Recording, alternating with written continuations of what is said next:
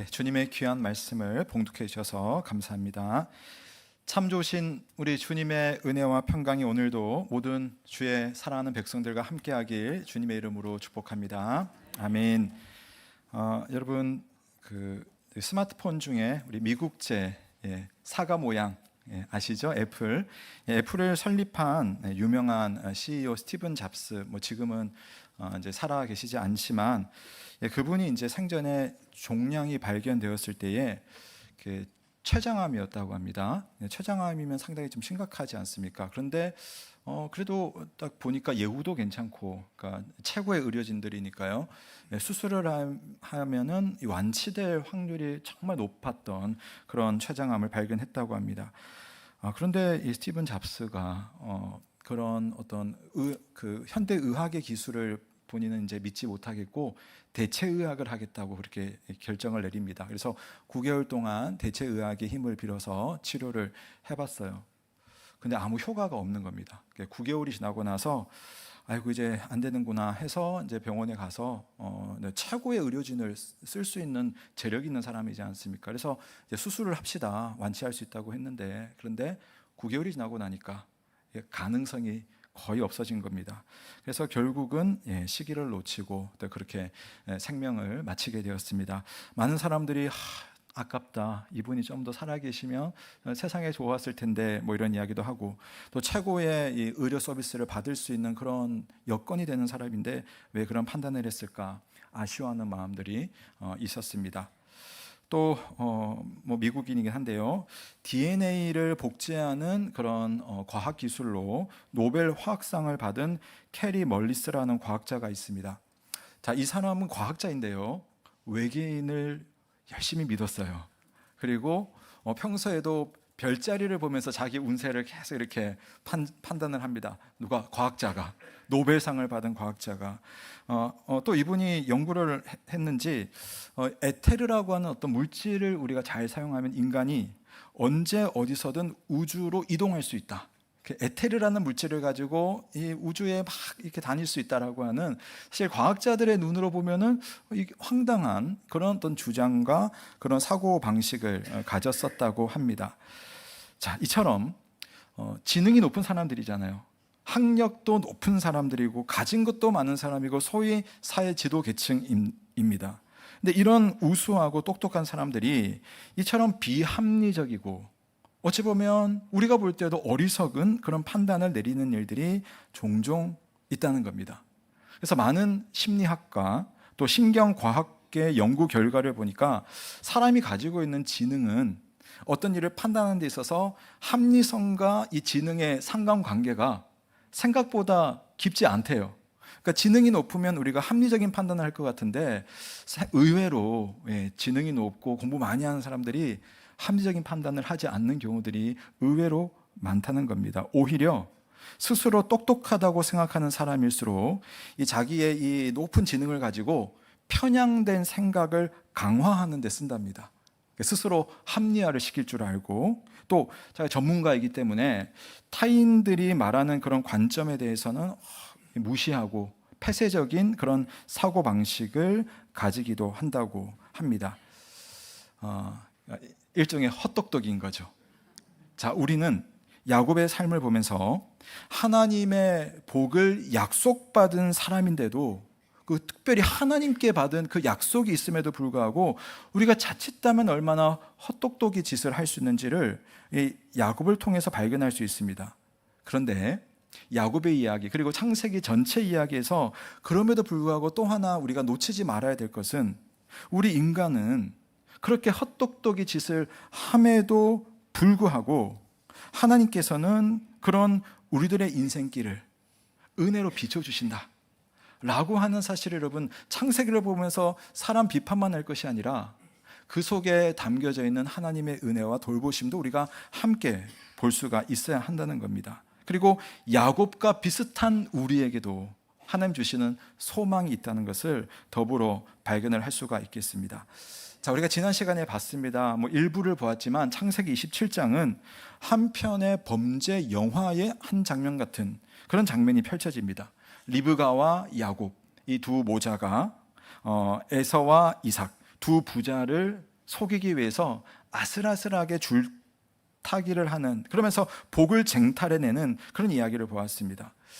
그런데 이제 그 이야기가 또 다른 방향으로 다른 방향으로 불똥이 튀어서 흘러가는 것을 오늘 말씀에서 보게 될 겁니다. 대사기극으로 인해서 아버지로부터 받을 복을 에사가 빼앗겼죠. 그랬더니 격분하는 겁니다. 근데 이놈을, 동생을 죽일 마음을 딱 굳게 먹었습니다. 결국 야곱은 그 소식을 알게 되고 어머니의 그런 권유에 의해서 고향집에 머물 형편이 되지 않아서 먼 여행길을 떠나기로 작정을 하게 됩니다. 그래서 브엘세바라고 하는 지금 머물고 있는 곳에서 저 북쪽 높은 저 멀리 성경에는 하란이라고 하고요, 또 다른 구절에서 보면 밧단 아람이라고도 불리는 그런 지역으로 옮기게 됩니다. 지도 한번 보여주시면요, 지금 이제 야곱의 가족이 머물러 있는 곳은 이런 보이시나요? 예, 저기 초록색 동그라미가 있는, 저희가 이제 가나안 땅 남쪽입니다. 가나안 땅 남쪽에 브엘세바라고 하는 지역에 있어요. 근데 여기서 이제 살 수가 없는 거죠, 형 때문에. 그래서 이제 이동하기로 결정을 했습니다. 그래서 저 위쪽으로 쭉 올라가면 하란이 보일 겁니다. 하란 하면 여러분 그 어머니의 외삼촌이, 어머니의 오빠가 살고 있고 어머니의 고향이면서 자기한테는 외삼촌의 집, 그리고 아브라함도 하란에 한번 들렀던 그런 일들 여러분 기억하실 겁니다. 자, 그런데 그런 과정 속에서 한 군데 한번 오늘 말씀에서 들려요. 그래서 여기 보라색으로 표시되어 있는 저 베델이라고 하는 곳, 이 당시에는 그 이름이 딱 없는 순간이었지만 나중에 이름이 붙여집니다. 한 지역에 머물러서 잠깐 거기에 이틀을 머물게 되는데, 그 이틀 머무는 이야기가 오늘 말씀 속에 나오는 우리가 읽은 이야기입니다. 자, 이때 야곱이 이동을 할 때에 나이가 보면 이제 연결된 구절들을 쭉 살펴보면 적어도 40세라고 하는 것을 알 수가 있습니다. 그리고 학자들 중에는 아마도 시간이 좀 더 지나서 더 많은 나이로 추정하는 사람들도 있습니다. 어쨌거나 중년이지 않습니까? 고대면은 또 40세면 또 어떤 느낌일까요? 근데 참 초라한 모습입니다.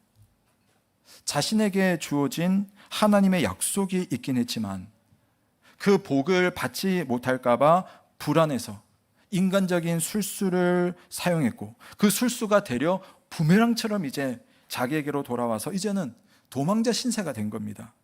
자, 10절 11절에 보면 야곱이 브엘세바에서 떠나 하란으로 향하여 가더니 한 곳에 이르러는 해가 진지라 거기서 유숙하려고 그곳에 한 돌을 가져다가 베개로 삼고 거기 누워 자더니, 열심히 이제 이동을 하다가 이제 날이 저무니까 이제 뭐 잠은 자야 되겠고 또 잘 곳은 없고, 그러니까 지금 노숙을 하고 있는 그런 장면입니다.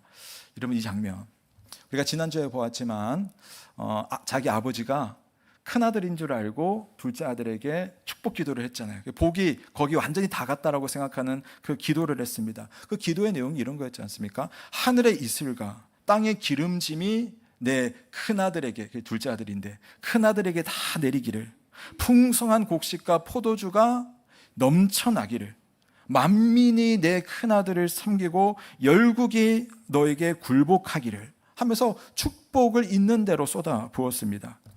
그런데 여러분, 이렇게 아버지를 속여서 받은 축복의 내용과 지금의 상황은 전혀 상관이 없는 그런 상황으로 지금 흘러가고 있습니다. 몸 누일 곳 하나 없이 돌 하나 가져와서 베개를 삼고 길에서 잠을 청해야 했습니다. 아버지를 속이자는 어머니의 제안에 처음에는 당황스러웠지만 야곱은 나름대로는 잘 대처를 했습니다. 똑똑하고 임기응변에 강한 사람이었어요.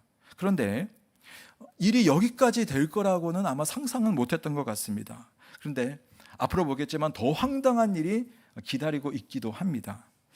자, 우리 기독교의 유익한 철학자는 아니지만 그러나 합리주의와 또 계몽주의 철학자로 유명한 데카르트라고 하는 철학자가 이런 말을 했어요. 사람은 머리가 좋다고 해서 다가 아니다. 가장 중요한 건 그걸 제대로 사용하는 거다. 천천히 앞으로 나아가는 사람은 옳은 길로만 간다면 너무 서두르다가 길을 잃어버리는 사람보다 훨씬 더 멀리 갈 수 있다. 그런 이야기를 했습니다. 즉 조급함은 실수를 낳고 길을 잃어버리게 만든다는 겁니다. 아무리 좋아 보인다 하더라도 이게 좋아 보인다고 다 좋은 건 아니거든요. 그래서 뭐 영어 속담인가요? 반짝인다고 다 금은 아니라고 그렇게 하지 않습니까? 잡아야 할 것이 있다면은 때로는 잡지 않고 기다려야 하는 것도 있고요. 또 기다리고 해야 되는 것들이 있다면 때로는 놓아버려야 되는 그런 것들도 우리 인생 가운데는 있는 겁니다. 하나님께서 잡으라고 할 때 잡지 않고, 기다리라고 할 때 기다리지 않고, 놓으라고 할 때 놓지 않는 그런 우리들은 얼마나 헛똑똑이 짓을 하면서 신앙생활, 우리의 삶을 그렇게 만들어가고 있습니까? 우리 모두가 사실 다 그렇지 않습니까? 이렇게 실망스러운 모습이 야곱처럼 더 많은 우리이지만, 제가 드리고 싶은 말씀은, 그러니까 우리를 많이 비난하자 그런 말씀을 드리는 것이 아니라, 우리가 그럼에도 불구하고 성경은 우리에게 아주 중요한 원리 하나를 가르쳐 주세요. 우리는 그렇게 헛똑똑이로 살아가는데 하나님께 택함받은 백성이라면 그런 우리의 결정만이 우리의 삶의 전부는 아니라는 겁니다. 내가 헛똑똑이 짓을 했는데 그게 내 삶의 모든 것이 아니라는 거죠. 좋은 결정도 할 수 있고 실수도 할 수 있고 잘못도 할 수 있습니다. 물론 그것에 대한 결과는 내가 한 것이기 때문에 오롯이 내 몫입니다. 그러나 하나님은 자기 백성을 그 상태로만 내버려두는 그런 하나님은 아니라는 겁니다. 이번에 여러분 우리 미국에서 좀 상당히 치욕스럽고 너무 안타까운 사건이 벌어지지 않았습니까? 한국 노동자가 나름대로 그 나라를 이롭게 하기 위해서 갔습니다. 물론 본인은 본인의 이 노동을 통하여서 또 같이 창출을 하기 위해서 갔죠.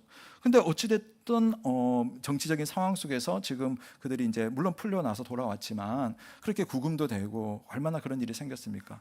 그 순간에 여러분 대통령과 또 정치가들이 하는 일이 뭐겠습니까? 행정부가 하는 일이 무엇이겠습니까? 거기 있는 노동자들은 당장에 자기의 어떤 그 삶이 모든 어떤 큰 어떤 관심이고 중요사이겠지만 대통령은 또 행정부는 또 외교부는 어쨌든 전반적인 부분을 보면서 힘들고 어렵지만 이 문제를 어떻게 하면 풀어나갈 수 있을까? 그 문제를 골똘히 해서 해결을 해나가는 겁니다. 어쨌든 지금 해결을 하지 않았습니까? 왕이 하는 일은 그런 거라는 거죠. 우리는 우리 눈앞에 있는 그 그림만 보고 나아가지만 왕은 백성들이 살아갈 수 있는 큰 그림을 그리면서 이 백성들의 삶을 조금씩 인도하고 제도를 만들어가는 것이 여러분 왕이 하는 일 아닙니까? 하나님이 우리에게 그러하시다는 거죠. 우리는 물론 내 삶, 내 바운더리 안에 있는 그 모든 것을 향해서만 가고 있지만 하나님은 내가 보고 내가 생각하고 내가 판단한 것보다 더 멀리 보면서 나의 길을 한 걸음 한 걸음 인도해 가시는 참된 왕이시며 모든 것을 아시는 우리의 주권자이며 주관자라는 사실을 믿으시기를 바랍니다. 온 세상의 주인이시면서 택함 받은 자들의 왕이신 하나님은 그래서 헛똑똑이 같은 인생이지만 그 인생을 향해서 은혜의 빛을 충분히 내려주실 수 있는 그런 선하시고 자비로우신 그런 우리의 하나님이라는 겁니다. 자, 야곱이 출발한 브엘세바에서 이제 목적지인 하란까지의 거리가 약 800km예요. 그러니까 우리나라로 본다면 뭐 우리 부천에서 부산까지 한 완복 정도 되지 않을까 싶은데요. 당시 교통수단으로 볼 때는 좋기 한 달 이상 걸릴 만한 그런 거리입니다. 그러면 여러분 그 한 달을 가는 동안 얼마나 많은 일이 야곱이 외롭게 가고 있었지만 많은 일이 아마 있지 않았을까요? 근데 성경은 그 기간이 28장 안에 딱 있거든요. 근데 28장 안에 그 한 달 정도 되는 그 800km의 그 고난의 행군에 대해서 다른 이야기가 없어요. 딱 그 중에 이틀 이야기. 이틀 중에 그것도 하루 밤에 일어났던 한 가지 사건을 지금 기록을 해놨습니다. 그게 오늘 읽었던 내용이에요. 왜 그랬냐? 그게 야곱의 일생에서 너무너무나 중요한 사건이었기 때문입니다. 사실 우리가 야곱이 하나님의 약속에 대해서 우리가 쭉 이야기하고 있지만 아직까지 야곱은 하나님을 만나지 못했어요. 직접적으로 하나님을 아브라함처럼 만난 적이 없습니다. 그런데 그렇게 고단한 어느 날 밤에 잘 곳이 없어서 길가에 노숙하고 있는 그날 밤에 비로소 야곱은 이제 하나님을 만나는 겁니다. 내 인생이 어디로 갈까 싶었던 그 순간에 하나님이 나타나시는 겁니다. 물론 꿈에서 나타나십니다. 자, 세 가지를 꿈에서 보게 되는데요. 12절 13절 내용입니다. 읽지는 않겠지만 눈으로 보세요. 첫 번째는 야곱이 본 것은 꿈에서 땅과 하늘이 사다리로 연결되어 있는 그 장면을 눈으로 확인합니다. 두 번째는 그 사다리를 유심히 봤더니 하나님께서 보내신 사자, 그러니까 하나님이 명하신 것을 행하는 사자들이 위아래로 오르락 내리락 하는 모습이 보여요.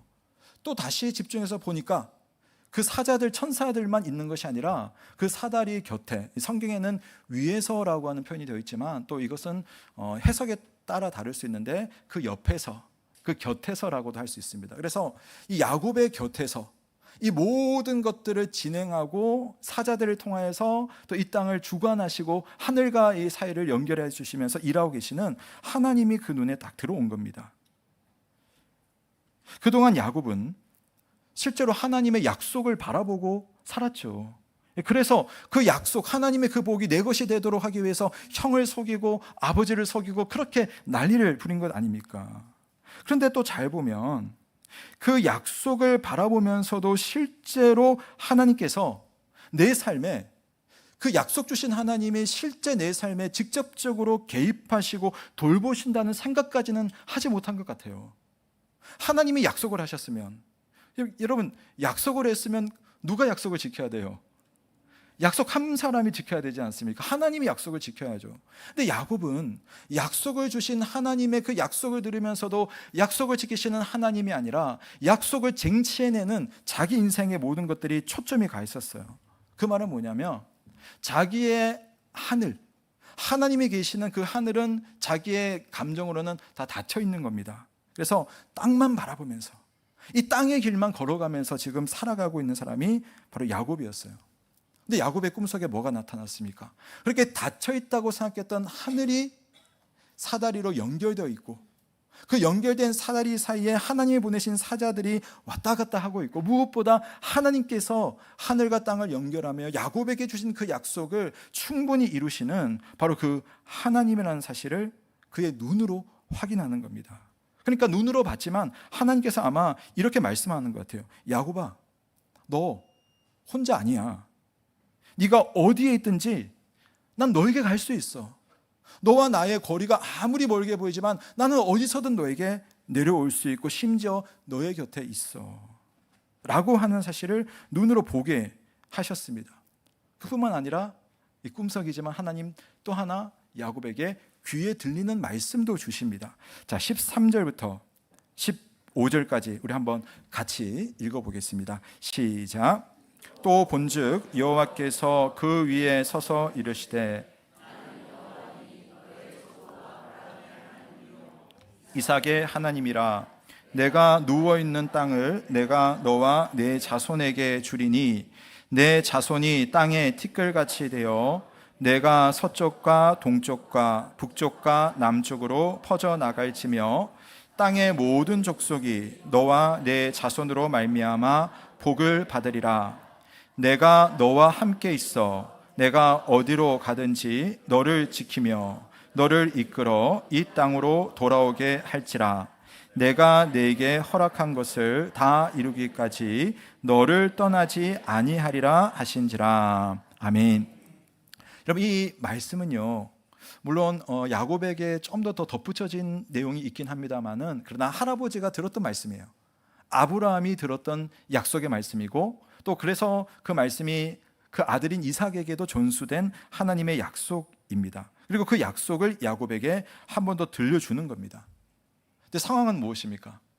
형을 피해서 도망가다가 머물 곳이 없어서 지금 이 길가에서 노숙을 하고 있는 이 처량한 장소에서, 근데 하나님께서 말씀하시기를 이곳을 너와 내 자손에게 줄 것이다. 예. 아마 어쩌면 여러분 우리가 정말 고생을 하면서 살았던 어떤 지역이 있잖아요. 나중에 보면 그 지역에, 좀 표현 죄송합니다, 그쪽으로 오줌도 안 싼다는 그런 이야기 하지 않습니까? 예, 그럴 수 있는 거거든요. 그런데 하나님께서 그렇게 되지 않고 오히려 그 땅을 너와 너의 자손에게 그냥 통째로 주겠다라고 말을 하는 겁니다. 그뿐만 아니라 너의 자손이 티끌같이 많아져서 서쪽과 동쪽과 남쪽과 북쪽으로 퍼져나갈 것이다. 근데 여러분, 지금 야곱에게는 땅이 있어요, 없어요? 땅 한 평 없어요. 지금도 자기 땅이 아니라 그냥 지나가다가 몸뚱이 하나 누일 장소가 없어가지고 그냥 거기 덥석 누워서 돌멩이 베고 자고 있는 거거든요. 티끌 같은 자손이 퍼진다고 했는데 티끌 같은 자손은커녕 지금 야곱은 솔로입니다. 하나님의 약속은 있지만 그 약속의 실현은 전혀 가능성이 없어 보이는 그런 상태, 그런 인생이 야곱의 지금 인생이었어요. 그러니까 야곱의 눈에는 뭐만 보이겠어요? 하늘이 보일 리가 없죠. 땅만 보이는 겁니다. 하늘이 느껴지지 않아요. 그래서 나름대로 고민했고 나름대로 노력했고 나름대로 살 길을 찾아간 겁니다. 우리처럼. 그러나 헛똑똑이 같이 매번 길을 잘못 찾아온 야곱 아닙니까? 그래서 하나님께서 안 되겠다. 내가 너를 찾아가야겠다. 내가 너와 만나야 되겠다. 라고 하시면서 말씀하시길 다시 한번 15절을 보시면 내가 너와 함께 있어 내가 어디로 가든지 너를 지키며 너를 이끌어 이 땅으로 돌아오게 할지라 내가 너에게 허락한 것을 다 이루기까지 너를 떠나지 아니하리라. 어디로 가든지 다 이루기까지. 여러분 이 표현을 한번 주목해 보십시오. 어디로 가든지 다 이루기까지. 이 말은 다른 말로 해보면 그냥 목적지 쉽게 간다 그 말 아닌 거잖아요. 쉽게 모든 것이 대박난다? 이거 아닌 거지 않습니까? 어디로 가든지 여러 곳을 다니면서 전전긍긍 하게 될 거라는 겁니다. 다 이루기까지. 하나님의 약속은 받았지만 그 약속이 실제로 다 이루어지는 것은 내가 원하는 시점에 딱 그것이 무슨 동화처럼 자 이렇게 되는 것이 아니라는 겁니다. 그러나 하나님 말씀하시기를 그럼에도 불구하고 네가 어디로 가든지 내가 너를 지키며 너를 여기까지 다시 이끌어 돌아오게 할 것이다. 내가 너에게 허락한 것을 다 이루기까지 나는 너를 떠나지 않고 너와 함께 할 것이다. 그러니 이제는 더 이상 혼자 길을 찾아야 하는 헛똑똑이로 살지 않도록 내가 너를 도울 것이다. 그동안은 네가 복을 스스로 쟁취하기 위해서 살았다면 이제는 내가 너에게 복을 쏟아붓고 심지어는 그 복을 나누는 삶을 살 수 있도록 내가 너를 돌볼 거야. 그러니 눈앞의 땅만 쳐다보며 살지 말고 좀 더 멀리 보고 하늘도 바라보고 그 하늘과 땅을 이어주는 나의 사다리, 나의 천사, 그리고 나를 보지 않을래. 내가 너와 함께 한단다 하시는 주님의 음성이었습니다. 사랑하는 여러분, 우리가 눈앞의 길만 볼 수밖에 없지만 그러나 그렇게만 보면 우리 눈에는 땅의 길밖에 보이지 않습니다. 몸 하나 누일 곳 없는 내 처지가 그러면 차량할 수밖에 없는 거죠. 열심히 살았지만 헛똑똑이 같은 내 모습. 그래서 하나님은 그런 우리들을 찾아오시는 거예요. 내가 너를 그렇게 내버려 둘 수는 없겠다. 눈을 들어서 하늘을 보고 하늘과 땅이 연결되어 있음을 보게 하시는 겁니다. 야곱이 어떻게 그것을 봤어요? 꿈을 통해서 하나님을 만난 겁니다. 자, 그럼 우리가 문제죠. 자, 그럼 여러분은 그런 하나님을 만나고 그런 약속을 얻으려면 여러분 얼마나 주무셔야 되겠어요? 어디 길가에 가서 주무시면 이런 일들이 일어나겠습니까? 그 말이 아니잖아요. 구약 시대에는 사람들이 하나님을 만나는 여러 가지 방법 중에 꿈꾸는 것도 하나님 만나는 방법이었거든요. 근데 지금은요 달라요. 지금 하나님은 우리에게 꿈을 요구하거나 무슨 어떤 선지자들이 와가지고 여러분에게 말씀하셔야 되는 것이 아니라 여러분이 바로 여러분에게 주시는 하나님의 은혜를 우리에게 비추시는 헛똑똑에게 주시는 그 하나님의 은혜를 직접 만날 수 있는 그 은혜 수단이 있는 거예요. 바로 말씀과 기도인 겁니다. 내가 말씀을 보고 내가 기도하는 것처럼 보이지만 사실은 하나님이 여러분에게 내려오시려고 내가 꿈꿨을 때 하나님 만나는 것처럼 내가 말씀 안에서 기도 가운데서 주님을 찾을 때 주님 어느새 내 속에 함께 하시고 내 길을 인도하시고 내가 보지 못했던 크고 은밀한 일을 행하시는 그 주님이 여러분의 곁에 있음을 발견하는 그날이 올 것을 믿으시기를 바랍니다. 자, 그런데 여러분 하나님이 비추시는 그 은혜를 받으려고 하는 그때에 딱 하나 우리에게 방해가 있어요. 방해되는 게 있습니다.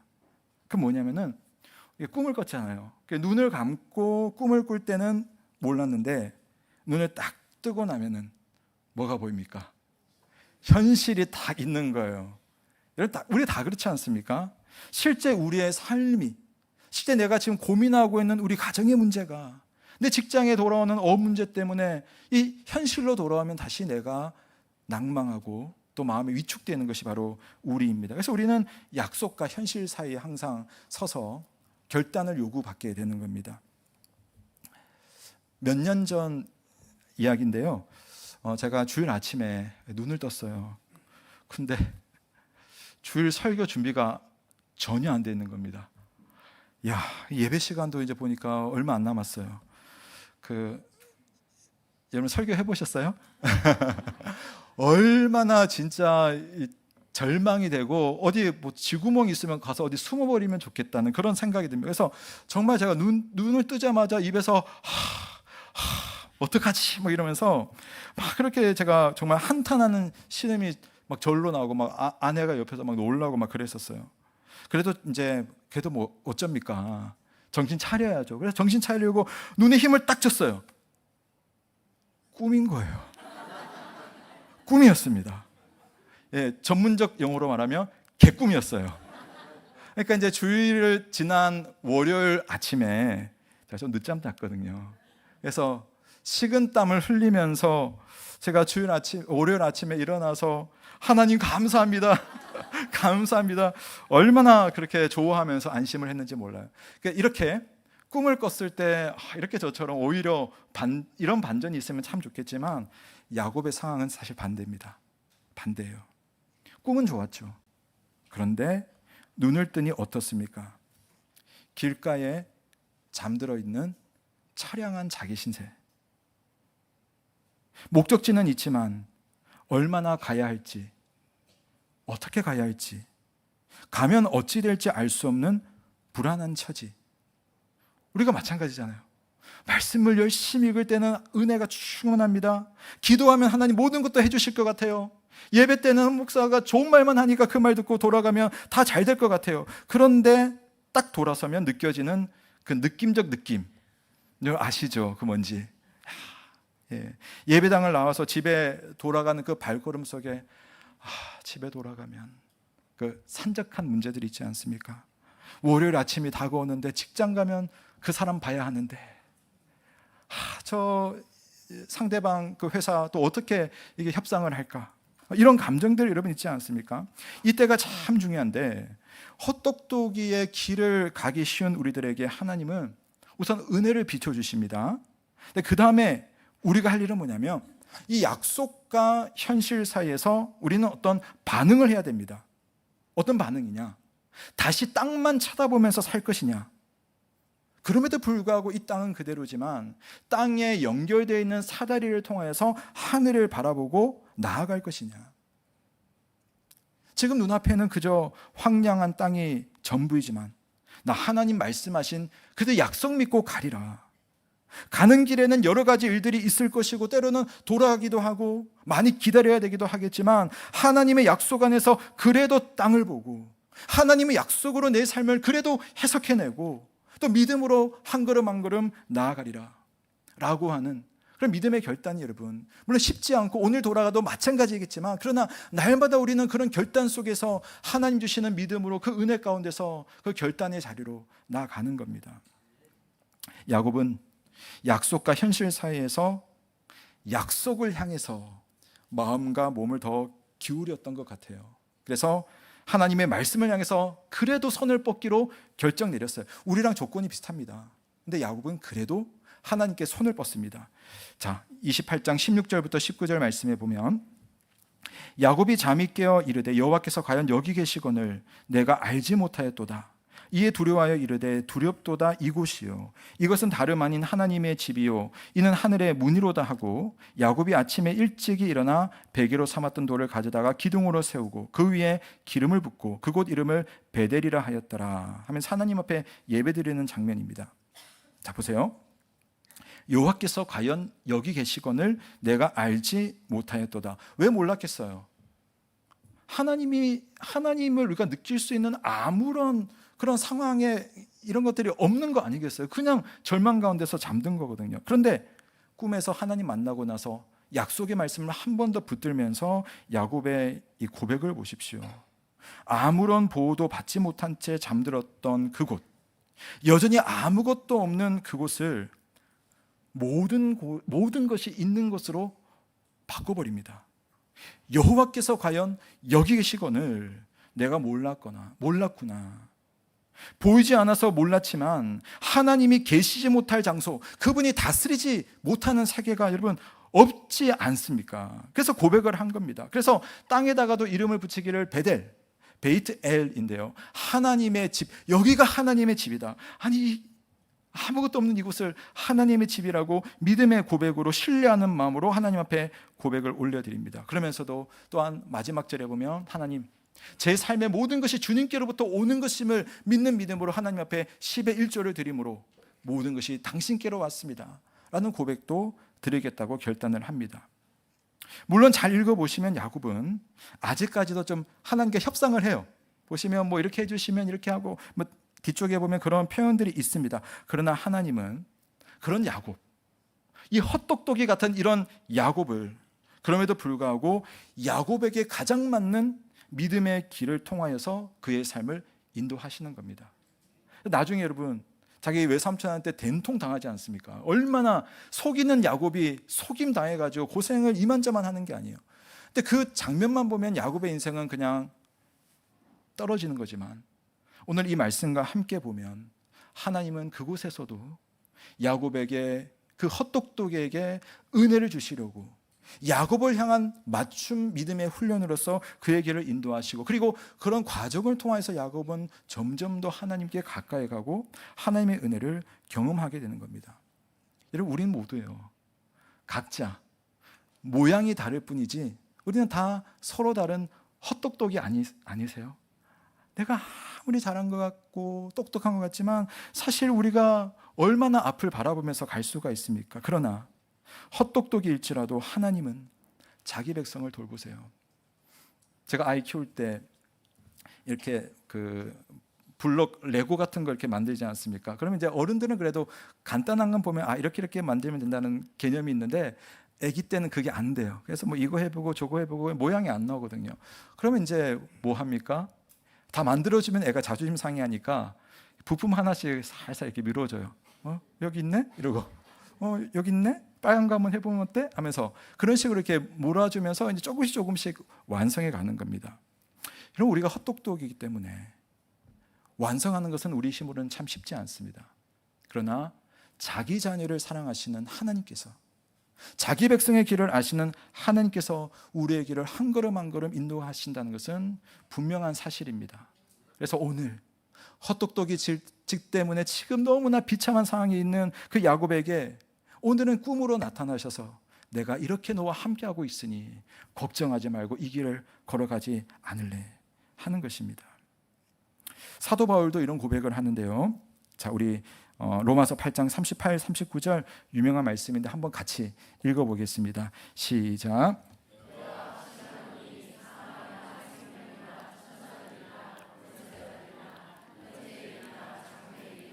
능력이나 높음이나 깊음이나 다른 어떤 피조물이라도 우리를 우리 주 그리스도 예수 안에 있는 하나님의 사랑에서 끊을 수 없으리라. 아멘. 여러분, 우리가 삶을 살아가고 어떤 일을 결정할 때 항상 우리는 눈앞에 있는 그것에 모든 것들이 좌우되는 경향들이 있어요. 야, 이것 하면 내가 죽을 수도 있겠다. 이건 살 것 같은데. 이건 천사들이 도와줄 것 같기도 하고, 이건 저 사람이 너무 힘이 세잖아. 이거 하면 지금 어떻게 될까? 미래는 이게 안 되지 않을까? 너무 잘 되는데? 너무 지금 가라앉는데? 하면서 눈에 보이는 그것으로 우리가 많이 판단을 합니다. 근데 사도 바울은 그게 우리를 붙드는 게 아니라고 말을 해요. 무엇이 우리를 붙드는가?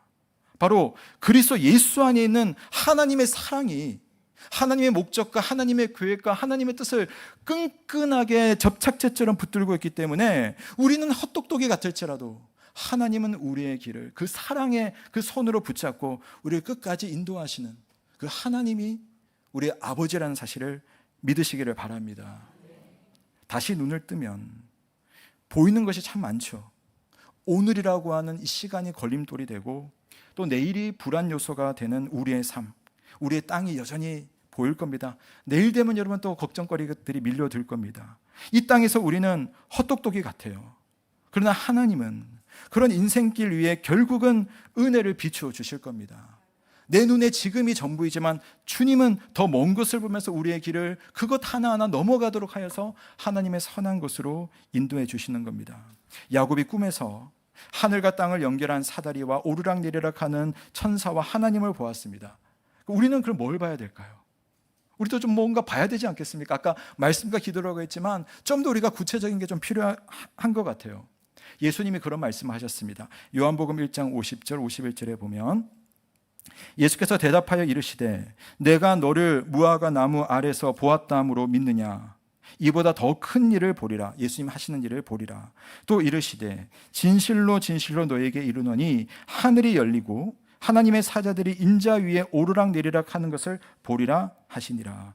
인자 위에 오르락내리락 하는 그 야곱이 본 장면이 실제로 이제 어디에 있습니까? 바로 예수 그리스도에게 있다. 예수 그리스도를 바라보는 그 사람이 야곱이 보았고 느꼈고 경험했던 그 모든 것을 경험할 수 있는 그런 믿음의 자리에 있는 겁니다. 예수 믿으시죠? 예수 그리스도께서 나의 구원자이시며 지금도 나를 위해서 하나님 보좌 우편에서 기도하시며 그분이 보내신 성령이 내 안에 계셔서 나로 하여금 주님을 의지하게 하신다는 그 사실을 믿는 모든 주의 백성들, 하나님은 우리가 헛똑똑이처럼 갈지차로 갈지라도 우리의 길을 은혜의 길로, 은혜의 능력으로, 은혜의 빛으로 비추시며 인도하신다는 사실을 믿으시기를 바랍니다. 그래서 우리가 이렇게 기도하면 좋겠어요. 우리에게 내려주시는 그 하나님의 그 은혜를 볼 수 있는 그 눈을, 그 은혜를 들을 수 있는 귀를 나에게 허락해 주십시오. 이 시간 한번 기도할 때 우리 형편을 주님 앞에 내어놓읍시다. 좋은 꿈을 꾸고 좋은 말씀을 듣고 좋은 기도를 했지만 다시 돌아보면 나의 현실은 여전히 깝깝합니다. 여전히 노숙하는 것 같고 내 몸 하나 누일 곳 없는 그런 삶이 내게 펼쳐지는 것만 같습니다. 그러나 하나님은 자기 백성을 결코 놓치지 않을 것이며 심지어 헛똑똑이처럼 살아가는 우리들조차도 당신은 은혜의 길로 인도해 주시고 우리의 삶을 주장해 주실 겁니다. 지금 당장 눈에 보이는 것으로 조급할 것이 아니라 하나님이 이끄시는 그 손길을 바라볼 수 있도록 그분을 보고 그분을 들을 수 있는 그런 내가 될 수 있도록 그런 믿음을 허락하여 주시옵소서. 하나님, 내일부터 시작되는 나의 삶 속에 비록 여전히 황량한 들판과 같고 사막 같지만 그러나 주님 그곳에서도 믿음의 결단으로 주님을 붙드는 그런 내가 되게 하여 주옵소서. 함께 기도하며 주님 앞에 나아가시겠습니다. 살아계신 하나님 아버지, 오늘 하나님 앞에